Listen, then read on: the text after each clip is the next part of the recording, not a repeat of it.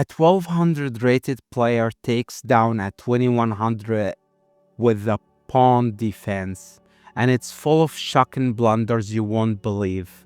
Can you spot them before I do? Welcome back, ladies and gentlemen. Today we are breaking down an incredible upset in Antichess, Askerqwe versus Guazun. The underdog wins using the pawn defense. But what really stole the show were the multiple blunders. Let's analyze where Guazun lost control and how Askerqwe capitalized on every mistake. Some of these blunders are classic traps that many players fall into. Would you have made the same moves? Stick around to see the critical turning points. So Guazun is playing white here, and he starts with the open game e3. And then it's met with the classical defense pawn b5. And then after the exchange, there is the pawn defense e6. And so far it's going well. But then black blunders and takes with the queen. The correct move here is either to take with the bishop or the knight. And some variation will see the king take as well. But after queen takes, what should have happened after b4 is actually, we'll take with the knight here, so that when the bishop capture, we will take with the queen later on, trying to trap with the queen e2 so that we can get the knight or the bishop active, which is going well so far. But then white plays queen g4. The correct move here is actually should have been queen e2, so that after bishop takes, we can take with the bishop, and now we can get our rook over here, and it doesn't matter what happens. Now the king is over here, so that I think he's gonna take with the knight, so that when he takes with the bishop, when we play bishop b5 trying to get the knight involved, we will have to capture the king. And I think he would take here, and we would take, and then take, and then here, and then take here, and then we take, and that would have been the end game that we're looking for. But I don't think that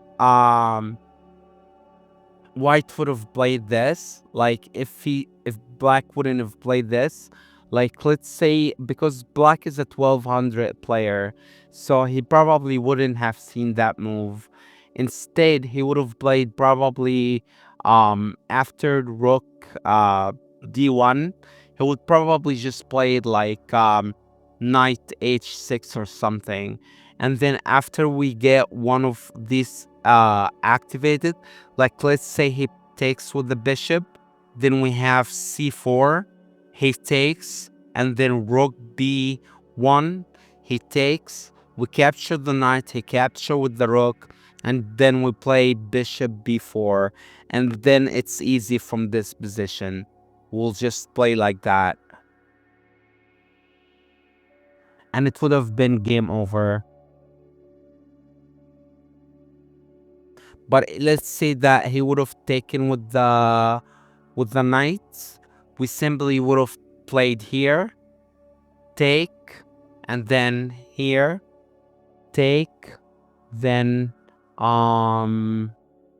let's say waiting move, maybe, take, give away our rook, take, here, take, here, take, here. If he took, we simply get his other knight activated, and we will do a waiting move, and then it would have been a game over as well. But that's not the variation that white does. White plays queen g4 in this variation, which that means he did not see the queen e2 move. which would have been a blunder, which would have been the winning move. But anyway, let's continue and see what happens in the game. Askerqwe takes the knight, and then queen take on g7, then he takes, and then here. Black here blunders, and he plays king d8, which does nothing. Like, it does nothing. Like, you can take here, and then maybe take, take, and then I will probably take this pawn, so that if white takes, I would get his bishop activated, and if he takes this pawn, I would simply get the other rook activated, and then simply play f4. That way, if he take, I would simply play a waiting move, like maybe rook a5. So that way, if he takes, then I would take back, and then he takes here, take, here, take, and then it doesn't matter. It's gonna be a game over what for black as well. And if he decided to take here, then he would have to take on twice, and I would simply get his bishop activated, then play here, take, and it's win by stalemate for white as well. But that's not the lines that went in the game.